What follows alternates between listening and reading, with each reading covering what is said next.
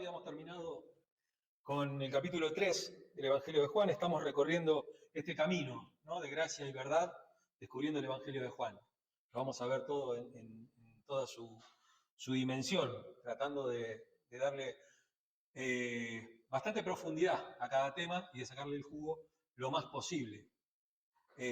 Por ejemplo, yo sé que el capítulo 4 nosotros lo vimos entero en el libro de Alejandro de Luca, ¿no?, cuando vimos Samaritana.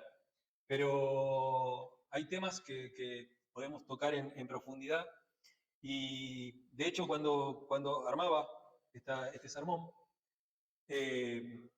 tomé todo el capítulo 4, pero en verdad lo que tuve que hacer es empezar como a dividirlo en fracciones más chicas, porque había cosas que si yo las tenía que explicar durante un sermón, se iba a alargar mucho el sermón, iba a tener una introducción larguísima. Así que la introducción de la primera parte del sermón es este sermón de hoy. A veces pasa eso, ¿no? Pasa que uno tiene una idea, quiere ir predicando, porque más o menos esta prédica va a llevar, creo que si no saqué mal la cuenta, unas 30 y pico de prédicas más son sobre Juan. Y Juan es un evangelio largo y muy profundo, de capítulos muy largos, capítulos de 50 y pico de versículos, entonces, y varias cosas que se entrelazan, y varias cosas que se entrecruzan con la carta, por lo menos con la primera carta de Juan, ¿no es cierto? Entonces es bastante complejo para poder armar el bosquejo. Si bien hay un bosquejo que uno lo puede sacar de cualquier Biblia de estudio, cuando uno va a la hora de la prédica a armar eso, no puede usar esos bosquejos. Esos bosquejos son para el estudio, cuando uno tiene mucho más tiempo, pero cuando uno tiene que dar un mensaje certero, es un poquito más complicado. Y hoy quiero que veamos este sermón que se llama Sed de algo más. Un encuentro que cambió una vida. Y que podríamos decir que cambió muchas vidas también, ¿no?, por medio de eso. Y vamos a leer el texto completo de Juan, capítulo 4, versos 1 al 26. Cuando Jesús supo de los fariseos, que los fariseos habían oído decir, Jesús hace y bautiza más discípulos que Juan, aunque en realidad Jesús no bautizaba, sino sus discípulos, salió de Judea y se fue otra vez a Galilea. Le era necesario pasar por Samaria, así que fue a una ciudad llamada Sicar, que está junto a la heredad que Jacob le dio a su hijo José. Allí estaba el pozo de Jacob. Como Jesús estaba cansado del camino, se sentó allí junto al pozo. Eran como las 12 del día. Una mujer de Samaria vino a sacar agua y Jesús le dijo, dame de beber. Y es que sus discípulos habían ido a la ciudad a comprar de comer. La samaritana le dijo, ¿y cómo es que tú, que eres judío, me pides de beber a mí, que soy samaritana? Y es que entre los judíos y los samaritanos no se tratan entre sí. Jesús le respondió, si conocieras el don de Dios y quién es el que te dice, dame de beber, tú le pedirías a él y él te daría agua. La mujer le dijo, Señor, no tienes con qué sacar agua y el pozo es hondo, así que ¿de dónde tienes el agua viva? ¿Acaso eres tú mayor que nuestro padre Jacob, que nos dio este pozo, del cual bebieron él, sus hijos y sus ganados? Jesús le respondió, todo el que beba de esta agua volverá a tener sed, pero el que beba del agua que yo le daré no tendrá sed jamás. Más bien, el agua que yo le daré será en él una fuente de agua que fluya para vida eterna. La mujer le pidió, Señor, dame de esa agua para que yo no tenga sed ni venga aquí a sacarla. Jesús le dijo, ve y llama a tu marido y luego vuelve acá. La mujer le dijo, no tengo marido. Jesús le dijo, haces bien en decir que no tienes marido, porque ya has tenido 5 maridos y el que ahora tienes no es tu marido. Esto que has dicho es verdad. La mujer le dijo, Señor, me parece que tú eres profeta. Nuestros padres adoraron en este monte y ustedes dicen que el lugar donde se debe adorar es Jerusalén. Jesús le dijo, créeme, mujer, que viene la hora cuando ni en este monte ni en Jerusalén adorarán ustedes al Padre. Ustedes adoran lo que no saben, nosotros adoramos lo que sabemos, porque la salvación viene de los judíos. Pero viene la hora, y ya llegó, cuando los verdaderos adoradores adorarán al Padre en espíritu y en verdad, porque también el Padre busca que lo adoren tales adoradores.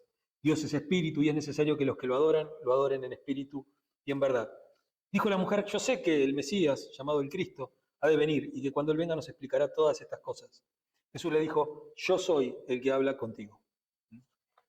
Hasta aquí nomás el texto de esta semana. Y es esto, ¿no? Sed de algo más. Siempre te falta poquitito. Siempre nos falta algo. Y precisamente quería introducir esto, como que quería que esta introducción fuera un poquito más centrada en este problema, el contexto histórico de la relación entre los judíos y los samaritanos. Porque hay varios problemas en el medio, y vamos a estar viendo textos del Antiguo Testamento. Lamentablemente no están en el PowerPoint, van a estar en el sermón, en el video. ¿eh? Dicho sea de paso, hoy se estrena el video sobre Juan el Bautista que vimos la semana pasada, que quedó muy lindo, me pareció que estuvo muy bueno. No porque lo haya hecho yo, sino porque se dio que fue un sermón bastante bueno. El tema era muy interesante. Y sobre todo para compararlo hoy por hoy con el tema de los influencers, de todo este tipo de cosas y de esta multitud de voces que escuchamos todos los días, todo el día. Y lo vamos a ver en 3 puntos, perdón. El contexto histórico de la relación entre los judíos y los samaritanos. Pero vamos a ver, el origen del conflicto, la llegada de los extranjeros y la mezcla religiosa, el rechazo de los judíos a los samaritanos, y el tema del rechazo social. Y vamos a ver primero esto del contexto histórico, ¿no? Para entender la magnitud que tiene este encuentro, que no es un encuentro cualquiera ni es un encuentro casual. Empieza el texto con ese Jesús debía pasar por Samaria. Y en verdad no debía pasar por Samaria si era el camino que hacían todos los judíos. ¿Recuerdan ustedes que los judíos, para no pasar por Samaria, no tener que pedir provisiones, no tener que mezclarse, ni saludar a nadie, ni nada de eso, se pegaban una vuelta, hacían, es como que yo para irme de acá a Máximo Paz, en vez de agarrar por acá, me fuera hasta Cañuelas para dar toda la vuelta, ¿no es cierto? Solamente para no pasar por acá, por la puerta de Pegasini. Era algo así, era un camino muy corto de una parte a la otra, pero estaban los samaritanos que habían quedado en el medio. Y el origen del conflicto viene de los israelitas que se mezclaron con pueblos extranjeros tras la conquista de Asiria. Cuando son llevados al cautiverio, muchos de los judíos se empezaron a casar con mujeres de otros pueblos, de tal manera que cuando llega la época Oseas me salía, de Nehemías, ¿y cómo se llamaba el sacerdote? Esdras. De ellos dos, cuando viene ese momento, Esdras toma una decisión, dice, miren, la verdad que las mujeres los hacen pecar a ustedes, sus mujeres, todo. Hay toda una cosa que hoy no entenderíamos, que es como muchas veces pensamos, palabra de Dios, decisiones de hombres. Hay unas decisiones de hombres ahí, ¿viste? Y que la quieren justificar, y bueno, y echaron a todas las mujeres y a todos los niños de Israel, ¿no? Y dejaron nada más que a los hombres cuando recuperaron Jerusalén. ¿No es cierto? Y hubo toda esa cosa, pero hubo gente que no quiso dejar y se quiso quedar a vivir igual. Entonces tomaron para sí el tema de Samaria. Pero si uno mira en Segunda Reyes, capítulo 17, segundo libro de los Reyes. Segundo libro de los Reyes, capítulo 17. Disculpen que no es mi Biblia, entonces no sé exactamente dónde están los versículos 24 al 41, un texto bastante largo, pero lo vamos a mirar así un poco por encima nada más, ¿no? Asiria manda a poblar nuevamente Israel y empieza por Samaria. Empieza metiendo gente, así como hicieron después los romanos cuando terminaron nombrando a lo que era Israel en todo su conjunto. 100 años después de Cristo, más o menos, uno de los emperadores lo que hizo fue tirar abajo todo lo que quedaba del templo, que es lo que vemos hoy. Que es lo que vemos, quedó nada más que ese muro, el muro de los lamentos, una parte de la explanada nada más, pero sacó todo lo que había que ir y ahí en donde estaban ellos, pusieron gente de otros lados, con otras religiones, con otras creencias, con todo, y ningún judío. Entonces iba como cambiando la sociedad. La sociedad empezaba a ser otra. Y eso es lo que pasa con Asiria. Asiria hace eso. Asiria, para que nuevamente no se pueda levantar Israel, pone gente de otro lugar. Entonces dice, entonces el rey de Asiria trajo a las ciudades de Samaria gente de Babilonia, de Cutá, de Abá, de Hamat, de Jefarbayim, para que las habitaran en lugar de los israelitas. Y así los extranjeros tomaron posesión de Samaria y habitaron en sus ciudades. Al principio, cuando comenzaron a habitar esas ciudades, como ellos no servían al Señor, el Señor envió contra ellos leones para que los mataran. Entonces, ellos le dijeron al rey de Asiria, la gente que tú trasladaste y pusiste en la ciudad de Samaria no reconocen la ley de Dios de aquella tierra. Y como no la reconocen, su Dios ha lanzado leones en medio de ellos y los leones los matan. Entonces el rey de Asiria ordenó, lleven de vuelta a alguno de los sacerdotes que trajeron de allá y déjenlo vivir allí para que les enseñe la ley de Dios, del Dios del país. Y uno de los sacerdotes que había sido llevado cautivo de Samaria vino y habitó en Betel y les enseñó cómo debían servir al Señor.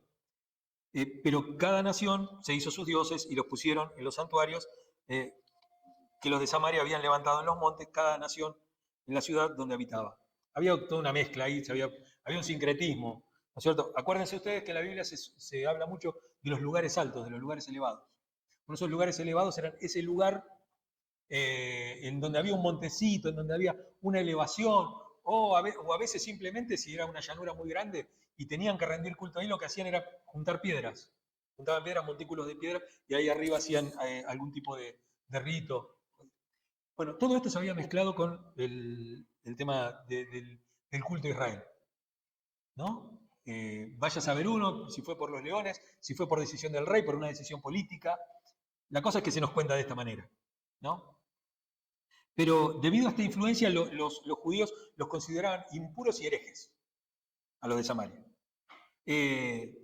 Entonces vemos cómo deportó a los israelitas del reino del norte y cómo le dio origen a esta comunidad samaritana. Y hubo una primera etapa, ¿no?, de la deportación de Israel, que fue versículos 24 y 25, ya lo hemos leído. Perdón.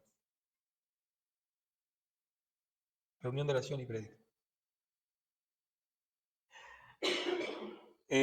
No, me está marcando porque se está estrenando el video. Lo primero que pasó es que Asiria va y conquista el reino del norte, Samaria. Recuerden ustedes, después de Salomón termina haciendo pelota el tema de un pueblo unido, de una sola nación, y se divide el reino del norte y el reino del sur, ¿no? Que a nosotros nos confunde mucho, porque se adora en Jerusalén, pero Jerusalén es parte de Judá, de lo que se va a llamar la tierra de Judá, y después el resto se va a llamar Israel. Es muy confuso, ¿no? Porque justamente el lugar donde no está el templo de Dios está Israel, se llama, el reino de Israel. Y está el reino de Israel y el reino de Judá, que son los que siempre se vivían peleando. Y en el medio estaba Samaria, y en el medio estaba ese lugar. Y esto fue más o menos, calculen ustedes, años 722 antes de Cristo, época del profeta Isaías, más o menos.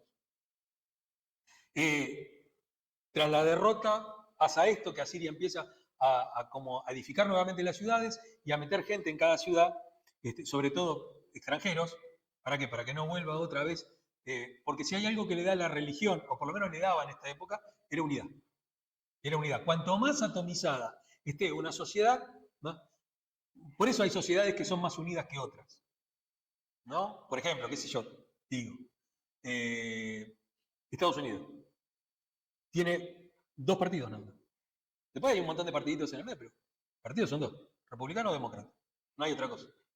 Cuanto vos más dividas eso, más partida va a estar la sociedad. Y más en estas épocas, en esta época esto sería terrible. Porque imagínate que nosotros atravesamos grietas, hablamos de grietas, acá serían cañones, ¿no? Para saltar, ¿no? Uno no podría nunca saltar eso. Cada uno estaría muy metido en sus cosas. Entonces el rey, ¿qué hacía? Bueno, vamos a separar a todos, acá que se adore a tal, acá que se adore a tal, esto. ¿Viste? Para que nadie se le ocurra, no, yo en nombre de Yahvé voy a ir a reconquistar nuevamente, ¿no? Eso era lo que pasaba. Hasta que llegó, bueno, Ciro, ¿no? Que Ciro tenía otra idea. Ciro tenía la idea esa de que, acuérdense, Ciro es el que manda a Nehemías y a Esdras para que nuevamente levanten las murallas de la ciudad y para que levanten nuevamente el templo, y ahí se produce Nehemías 8, la lectura de la ley y la unidad nuevamente de todo el pueblo. Tras eso va la locura detrás de la religión, ¿no? Que es lo que digo yo. Echaron a las mujeres y a los niños, lo mandaron de vuelta a su casa. ¿Viste? Pues si qué de cristiano, qué de yavista puede tener eso. Bueno, son las costumbres, ¿no? Cuando la religión oprime. Y por eso, digo, ¿no? Se llena de distintas... y vemos acá, en Segunda de Reyes, capítulo 17, el verso 6, la media paliciada está bien. 17:6.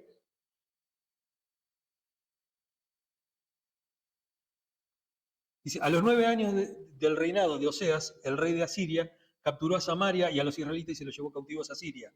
Y lo dejó en Jalal y en Jabor, junto al río Gozán, y en las ciudades de los medos. Ahí es cuando cae este reino, la caída de Israel ante Asiria. Y nos dice Bruce, que es uno de los grandes escritores académicos, dice, la pérdida de identidad de Israel en Samaria no fue solamente geopolítica, sino que fue espiritual. No hubo solamente una pérdida política, sino hubo una pérdida de la fe, una pérdida de las prácticas religiosas. Las prácticas religiosas mantienen la fe. Y eso es lo que nos tiene que llamar a la congregación. Yo les aseguro que de la forma en que hoy está la iglesia, dentro de un par de años no va a haber gente en la iglesia. Y se producirá, y se nos preguntará, o nos haremos la pregunta que se hizo Jesús. Cuando vuelva el Hijo del Hombre, ¿hallará fe en la tierra? Porque está tan dividida la cosa, me contaba el otro día, me contaban sobre la iglesia bautista de la Lucila. La iglesia bautista de la Lucila se había abierto al barrio, había hecho un montón de cosas, por problemas en el medio de la congregación, de gente que no quería eso, que quería que la iglesia tuviera una lenta agonía y muerte. La terminó interviniendo la confederación y se la sacaron. Y hoy es una cáscara media vacía porque hay un pastor, mandaron un par. Que es lo que yo siempre le reclamo a la confederación. Digo, ¿por qué no me mandas ahora gente que me ayude? ¿Qué me mandas cuando ya esté muerto? ¿Para qué? ¿Para quedarte con la propiedad? Para eso es. Para después poder poner gente que después te vote. Movimiento político, asqueroso, inmundo, nada que ver con lo espiritual. No tiene nada de espiritual. Y después te mandan cositas, viste, de 24 días de ayuno y oración por no sé qué cosa, 78 nos juntamos acá en oración y unidad. Cuando ya está todo roto. Cuando ya está todo roto. Hoy necesitamos músicos, no que los traigas cuando la iglesia esté cerrada. Hoy necesitamos más recursos a lo mejor de lectura. O que se puedan hacer más cosas, no cuando esté cerrado. Porque pasa esto que dice Bruce, ¿no es cierto? La pérdida de identidad de Israel, la pérdida de identidad de una iglesia, de no congregarte en un lugar, de no tener, no es solamente algo, bueno, me queda la tarde libre, bueno, me queda la mañana libre, bueno, pero yo voy, mañana hoy voy acá, mañana voy allá, voy a ver si me levanto para el culto de las 9, y si no llego al culto de las 11, y si no voy a la tarde, o si no, después lo veo porque pasa así, empieza así. Yo muchas veces me pregunté si podíamos hacer varios cultos por día, porque a lo mejor hay gente a la tarde que no vendría a la mañana, y hay gente que viene a la mañana, que venía a la mañana, que no vendría a la tarde. Bueno, hacemos 2 cultos, qué sé yo. Si vos metés 2 cultos, la gente a la mañana va, oh, está lindo, está calentito acá en la cama. Me quedo, total voy al culto de la tarde. Y el culto de la tarde dice, estamos justo tomando mate, me tengo que bañar los chicos, me cayó gente, bueno, listo, ya está. No voy, total después lo miro por internet. Mentira, mentira. No podemos tener 26 visualizaciones. Encima yo ¿cómo se llama? En las estadísticas que me tiran, sé quién lo lee, quién lo ve. No lo mira nadie en la iglesia. Es así. Nadie mira el culto. Y si lo miran un minuto. Sí, a ver qué hay acá. Ah, sí. Y siguen con otra cosa. No hay solamente una pérdida de sentido social, hay una pérdida de fe después. Una pérdida de empezar a pensar en otras cosas, en cómo, bueno, pero yo me llevo bien con Dios. Y después están esos que te dicen que la iglesia, que ellos no están bien, no están mal con Dios, están mal con la iglesia. Bueno, la iglesia es de Dios. La iglesia son ellos. Hasta que no podamos entender que la iglesia somos nosotros, no vamos a tener identidad. Lo segundo que pasó fue la llegada de los extranjeros y la mezcla religiosa. Versículos 26 y 29. Versículos 26 y 29, ahí de...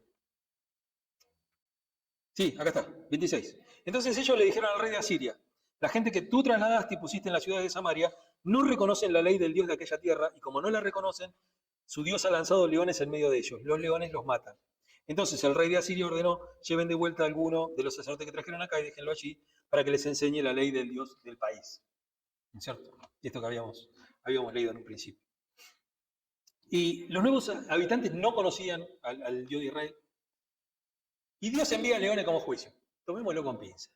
Tomémoslo con pinza este tema de los leones, si Dios mandaba leones, si era realmente así, o si mataban gente, o si eran los mismos israelitas que mataban gente para terminar de poner. Hay todas razones políticas que después se hacen poéticas y como un giro literario. ¿Cierto? Hay un giro literario que tiene que escribir, sobre todo en los libros de Reyes y Crónicas, que son libros que escriben los escribas, valga la redundancia. ¿No es cierto? Los escriben y se escriben por razones políticas. Se escriben para poder conformar la nación de Israel. Calculen ustedes que esto fue en el año 700 antes de Cristo, y estos libros se escribieron allá por el 500, 400. ¿No? Y si vamos a la Septuaginta, que es la versión griega, mucho más adelante todavía. ¿No? Entonces, hay mucho por recorrer. Lo que digamos que es lo central, lo que siempre leían, lo que siempre se leyó en Israel era la Torá, eran los 5 primeros libros. Y sobre todo el libro que está en el medio, que es el libro de Levítico, que por eso se dice que está en el medio. El Pentateuco es Génesis, Éxodo, Levítico, Números y Deuteronomio. Bueno, el libro de Levítico está en el medio precisamente por eso, porque es la ley cultual, la ley que establece o que regula el culto. Entonces está, lo que está atrás y adelante, y mucha bolilla no le daban ellos.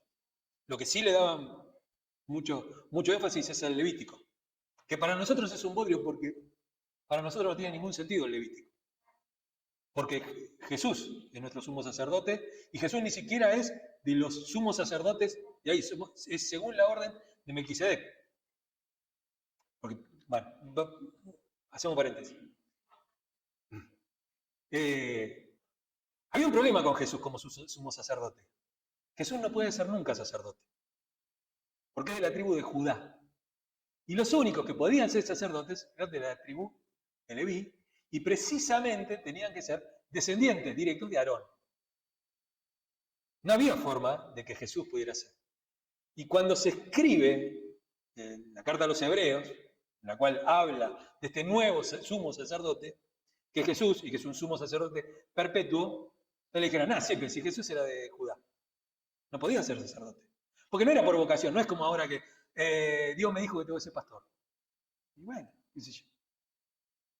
Nadie se pone en contra de esas cosas. Pero en el caso de los judíos, el chico que nacía en la tribu de Leví no podía tener vocación para ninguna otra cosa. Tenía que ser levita. Y si era de la parte de Aarón, tenía que ser sumo sacerdote por lo menos. Había, no sé, había una chorrada, te tocaba cada un año ir a ministrar al templo. Como le pasa al padre de Juan el Bautista, ¿no? Era sacerdote, pero iba a predicar una vez, después se dedicaba a otra cosa. Pero los levitas podían trabajar nada más que en eso. Entonces eran los de mejor posición social y económica, todos, bueno, iban a cantar, eran cantores, músicos, estaban con los enseres y las cosas. Después los menos capaces, porque lo sabían, siempre los hay, lo mandaron a hacer de policía al templo, vos cuidá ya la entrada, quédate ahí, Era así. Era así. Entonces, por eso Jesús se habla de este sumo sacerdote, sacerdote de Dios, que estuvo con Abraham. Recuerdan ustedes a que Abraham le da los diezmos del botín, de todo lo que hace. Por eso se requiere, se va a esa figura del Génesis para podérsela poner a Jesús, para que él sea sumo sacerdote. Y que no tenga que ser ni de la tribu de Leví ni descendiente de Aarón. ¿Está claro? ¿Se aclaró más o menos? Fíjense cuántas cosas que hay que estudiar, ¿no? Cuántas cosas que uno tiene que ver. Por eso digo que a veces hay versículos o pasajes que nos cuestan un poquito más porque tenemos que ir un poquito más a fondo. Entonces ahí, cuando pasa esto de los leones, de todo esto, vamos a poner que son leones, tenemos fe que la palabra de Dios es la palabra de Dios. Bueno, los leones. Los leones fueron y se empezaron a comer a la gente. Y ahí se establece un culto mixto. Los samaritanos adoraban a Dios, pero también a sus propios dioses. ¿Mm?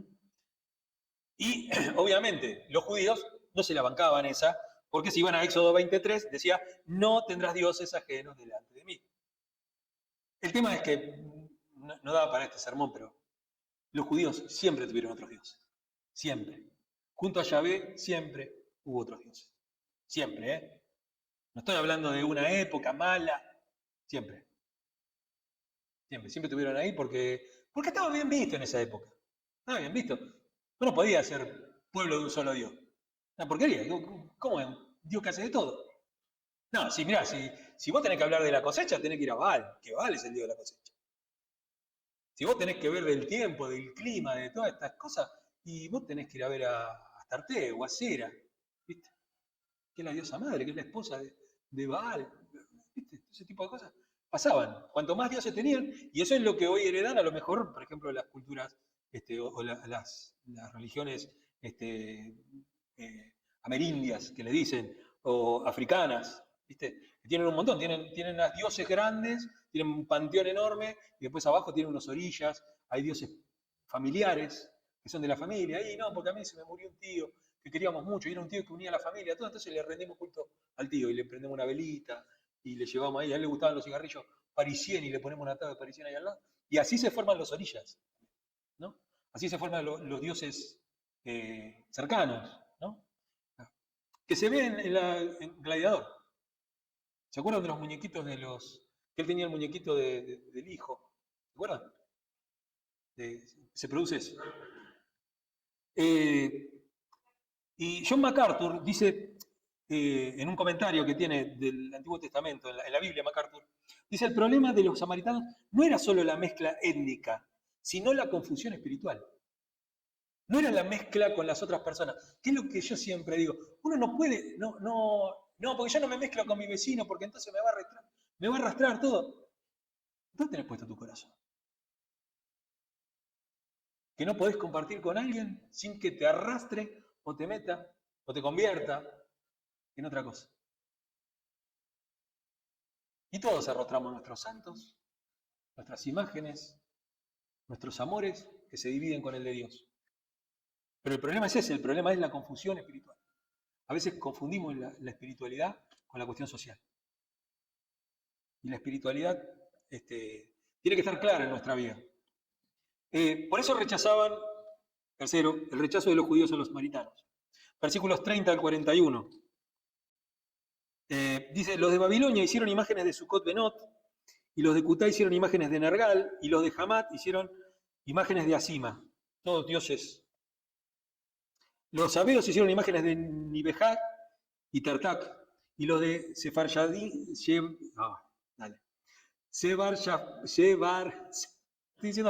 Sefarvayim adoraban a Dramelec y Anamelec, dioses de Sefarvayim, ahora si lo dije bien de entrada, ofreciéndole a sus hijos como sacrificios por fuego. Pero esta gente también rendía culto al Señor. Así que bajo el pueblo designaron sacerdotes para que ministraran en los altares de los montes. Y estos ofrecían los sacrificios de esa gente en esos santuarios. Rendían culto al Señor, pero también honraban a sus dioses como habían sido tomados. Hasta el día de hoy, esa gente hace lo que siempre hizo, ni temen al Señor, ni cumplen sus estatutos, ni sus ordenanzas, ni hacen lo que la ley y los mandamientos del Señor mandan hacer a los hijos de Jacob, cuyo nombre fue cambiado por el de Israel. ¿Ven cómo pasa esto? Los sacerdotes tuvieron que ministrar a sus ídolos. Yo la semana pasada que estuve en esa reunión, ¿no? Por la despedida de Francisco, yo aclaré desde dónde lo hacía. Y en ningún momento dije, no, vamos a tomar la hostia, vamos a hacer alguna cosa, o vamos a... Yo todas las partes que ellos tenían que hacer, no las hice. Traté de seguir lo que nosotros creemos. De hecho está en la prédica, ¿no? Está en el sermón, hablo sobre el tema. Y hablo sobre las imágenes incluso. ¿No? Yo no tengo problema con las imágenes. El problema es que ustedes tienen imágenes las cuales solamente las tienen por deporte. Porque tienen a María, pero no siguen el ejemplo de María. Porque Dios le está pidiendo una entrega total. María se entregó totalmente. ¿Y usted? ¿No? Le decía, ¿van a tener la estampita de Francisco? Bueno, pero ¿van a seguir? ¿Se la van a jugar? ¿Van a salir a hacer lío? ¿Van a salir a predicar? ¿Van a hacer una iglesia de puertas abiertas? ¿O se van a quedar con la estampita nada más? A eso me refiero. Que la Biblia está llena de ejemplos a seguir y que la vida nos da ejemplos a seguir. ¿Qué sé yo? Yo no tengo una estampita de Martin Luther King, pero trato de seguir su lucha o su pelea. Era un pastor, era un hombre, no se convirtió en un dios, ni nada, pero sí es un mártir y sí es un ejemplo para nosotros. Trato de seguir a Bonhoeffer, que puso su vida por sobre todo. Podría haber sido un gran teólogo, un gran escritor y a lo mejor, qué sé yo, lo hubiéramos disfrutado 50 años más. Se perdieron libros y libros que él hubiera podido escribir. Bueno, dio su vida por lo que él creía justo. Tenía que sufrir con el pueblo alemán. ¿No? Por eso nunca los samaritanos fueron aceptados por los judíos, debido a ese origen mezclado. Y los judíos consideraban a los samaritanos religiosamente impuros. ¿No? Acuérdense de esto que dice acá, ¿no? Que hasta el día de hoy, cuando dice hasta el día de hoy, hasta el día que se escribió el libro de Reyes, ¿no es cierto? Hay 200, 300 años después de esto. Había pasado y en la época de Jesús seguía pasando. Pero en la época de Jesús también seguía pasando en el templo. Porque tenían la venta de las monedas, porque tenían la venta de las palomas, porque tenían todas esas cosas, y después tenían un rito vacío que hacía que los sumos sacerdotes entraran al lugar santísimo donde no existía el arca de Jehová. O donde si había una réplica, había un muñequito. Había una réplica ahí nada más, pero no estaba ni la vara de Aarón, ni las tablas de los mandamientos, ni una porción del maná. No había nada. Estaba vacío. A un rito vacío. Uno sigue a veces un rito vacío. Y esto explica por qué también en la época de Jesús los judíos evitaban toda interacción con los samaritanos. En Juan 8:48 dice, los judíos insultan a Jesús llamándolo samaritano. En ese versículo van y le dicen, ¿cómo es que es un insulto? Es un samaritano. Y dice Craig Kenner, la enemistad entre judíos y samaritanos fue más profunda que lo étnico. Era una cuestión de identidad espiritual. Y el último punto es las diferencias religiosas. Los samaritanos no solo aceptaban el Pentateuco como escritura y rechazaban el templo de Jerusalén, que si vamos al caso, también es a causa de los judíos que rechazan el templo de Jerusalén. Porque los judíos no lo dejaban entrar. Adoraban a Yahvé también, pero no lo dejaban entrar. Ni siquiera lo dejaban estar con los extranjeros, ¿no? Por eso terminaron adorando en el monte Gerizim. Esto generó una barrera teológica con los judíos. Y el rechazo social, ¿no? Evitaban el contacto directo, porque un judío nunca tomaría agua de un recipiente samaritano por considerarlo impuro. Todo lo que tenían los samaritanos era algo impuro. Entonces no había forma de que uno se junte con ellos. Y el tema es, ¿cómo se evangeliza? Porque los samaritanos no estaban lejos de la verdad. Adoraban a Yahvé. En otro templo porque no les habían dejado otro lugar, pero no eran más impuros que cualquier judío que fuera al templo. Y es que creemos que algunos, porque tienen ciertas costumbres, no pueden entrar. Y nosotros elegimos, y Dios quiere que entren todos. Vos hacélos entrar, después Dios se encarga. Dios se encarga. Nosotros hacemos al revés, nosotros mandamos los leones para que se conviertan. Nosotros hacemos eso. Porque estoy seguro que Dios no fue el que mandó el león. Estos se los llevarían en jaula y se los tirarían por ahí o matarían directamente y después dirían que eran leones. 300 años después, ¿quién se va a acordar? ¿no? Ese es el tema. Y no dejan, no dejan, no evangelizan, no llevan algo de esperanza, no llevan algo de amor, no llevan nada, llevan nada más que su regla. Vos cumplís estas reglas y está bien, no las cumplís y están mal. Entonces, eso es todo lo que nos diferencia. Nos diferencian reglas, ritos, cosas de hombres. Cosas de hombres. La religión son cosas de hombres. Y hay muchísimas cosas que dice la Biblia que son cosas de hombres. Que son cosas de hombres para una época, para un lugar, para una sociedad totalmente distinta a la nuestra. Y que tienen que ver más con tratar de mantener una religión que con tratar de adorar a un Dios. Que tiene un poco que ver con Jesús. Por eso necesitamos recuperar la imagen de Jesús.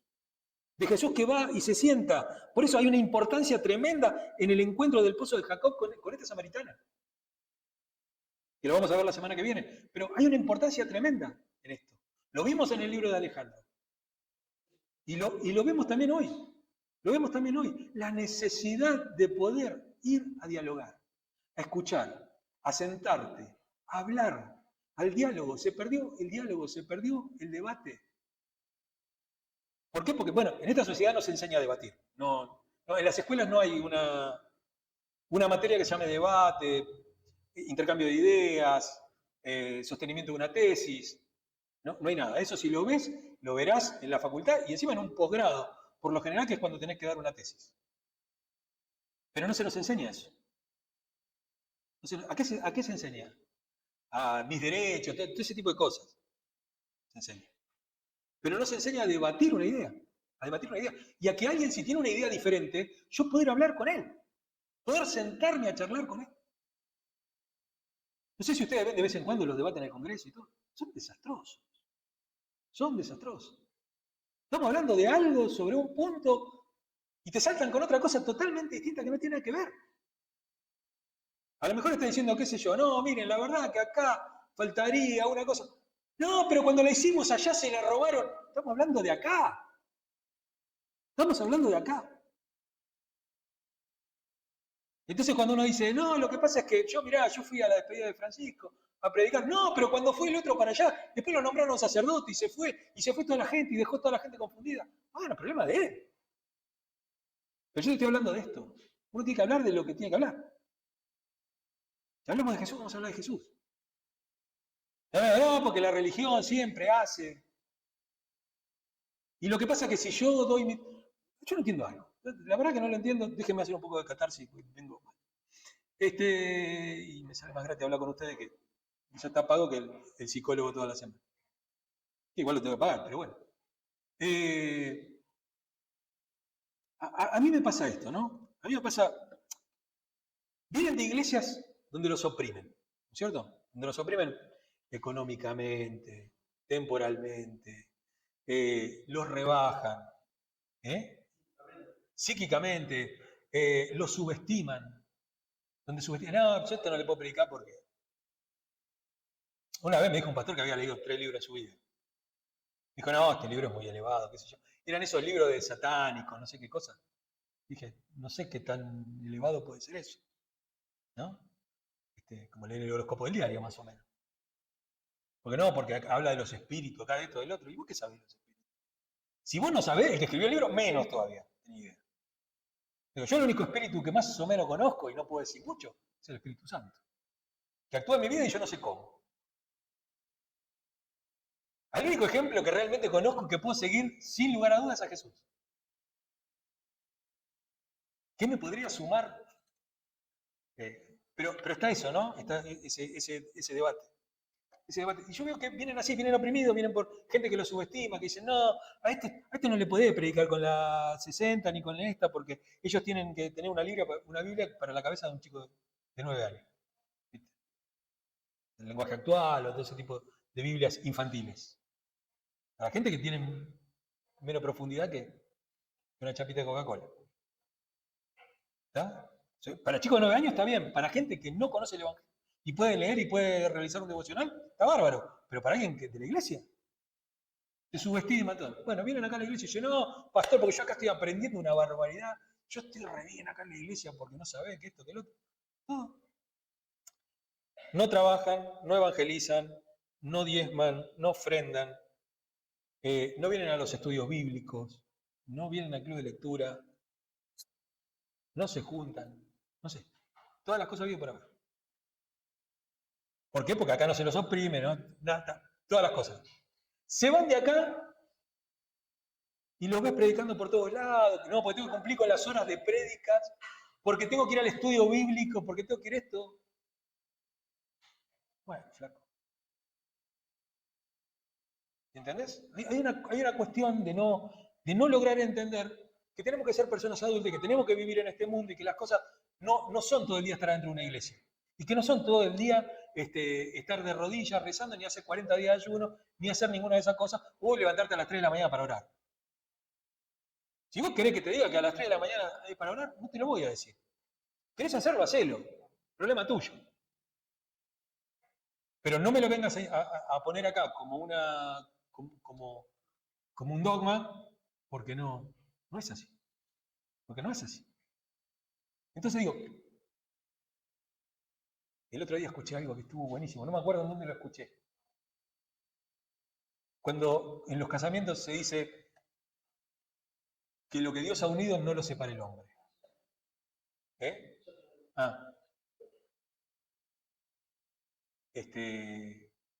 Y yo digo que la religión no separe lo que la sociedad ha unido.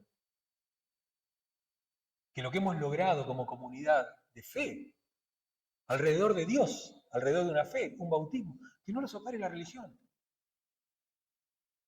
Que no lo separe la religión. Sentámonos y sentámonos en libertad. Lo he dicho 1000 veces. Todos me conocen, todos saben, porque no sabes, el pastor Sergio, él es reabierto, se sienta, habla con vos, te dice, si vos pensás que algo que él no piensa o algo, él te escucha, te explica.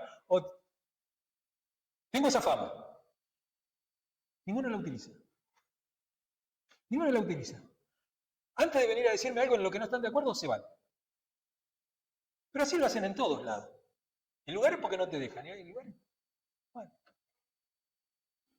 Que lo que hemos logrado como comunidad de fe no lo separe la religión. No lo separemos por cosa de Dios. Si Dios nos quiere unidos, si Dios nos quiere juntos, no vale la pena después escribir el librito juntos y en paz. Porque ¿sabes qué? Te pasa lo de los falsos profetas. Dicen que hay paz y no hay paz. Dicen que estamos curados y no estamos curados. Entonces necesitamos esa unidad. Y dejar en claro esto. Esto tiene que quedar en claro. Cuando nosotros evangelizamos, cuando nosotros hablamos, tiene que quedar claro. ¿Cuál es el modelo de iglesia que nosotros queremos? Porque el modelo de iglesia no es un techo a 2 aguas, el piso, el fondo, así. Ese no es el modelo de iglesia. El modelo de iglesia somos nosotros. Este es un lugar que nos contiene, que nos sirve para sentarnos, para venir 1 o 2 veces por semana, tener un lugar cómodo.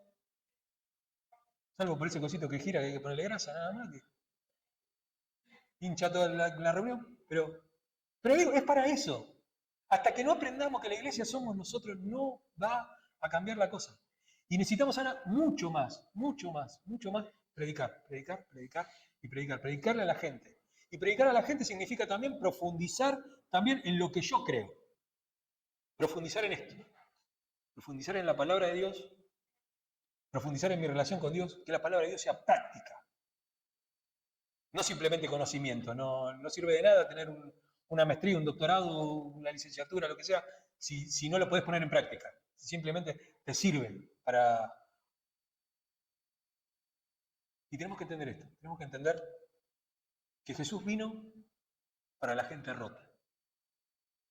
¿Y sabes qué? Estamos todos rotos. Estamos todos rotos. Dios está recogiendo nuestros pedazos y nos está uniendo. Y está haciendo una obra buena. Y de paso, ahí metí un poquito de publicidad para el libro. Que es un libro que en un año va a estar libre. Va a estar libre para bajarlo. Es simplemente que uno pueda pagar el próximo. Nada más. No es para hacer plata. Es para escribir sobre las cosas que pasan. Y se trata de eso, ¿no? Jesús vino para la gente rota. Vino para las naciones rotas, como era la nación de Israel y Samaria. Jesús se atreve a unir esas partes. Se anima a caminar por el sitio donde nadie caminaría, a tomar agua que nadie tomaría y a charlar con alguien que nadie se pararía a hablar. Ni se pararía ni la miraría. La esquivaría. Es capaz de hacer 5 cuadras para no pasar por frente a la casa de esa persona. No hagamos eso como iglesia. No hagamos eso como cristianos. Porque Cristo no lo hizo. Cristo no se pegó una vuelta y dijo, la tierra está hecha pelota, vamos por otro lado. Vamos a Marte a evangelizar, bajo allá y les hablo a los marcianos allá. No. Jesús se animó a entrar acá, a este mundo roto, este mundo separado, este mundo dividido, y vino a traernos un plan. Porque yo sé los planes que tengo para ustedes. No son planes de calamidad, sino que son planes de bienestar, para que tengan una fe y una esperanza. Esa es la esperanza que tenemos. Vamos a tomar la cena del Señor.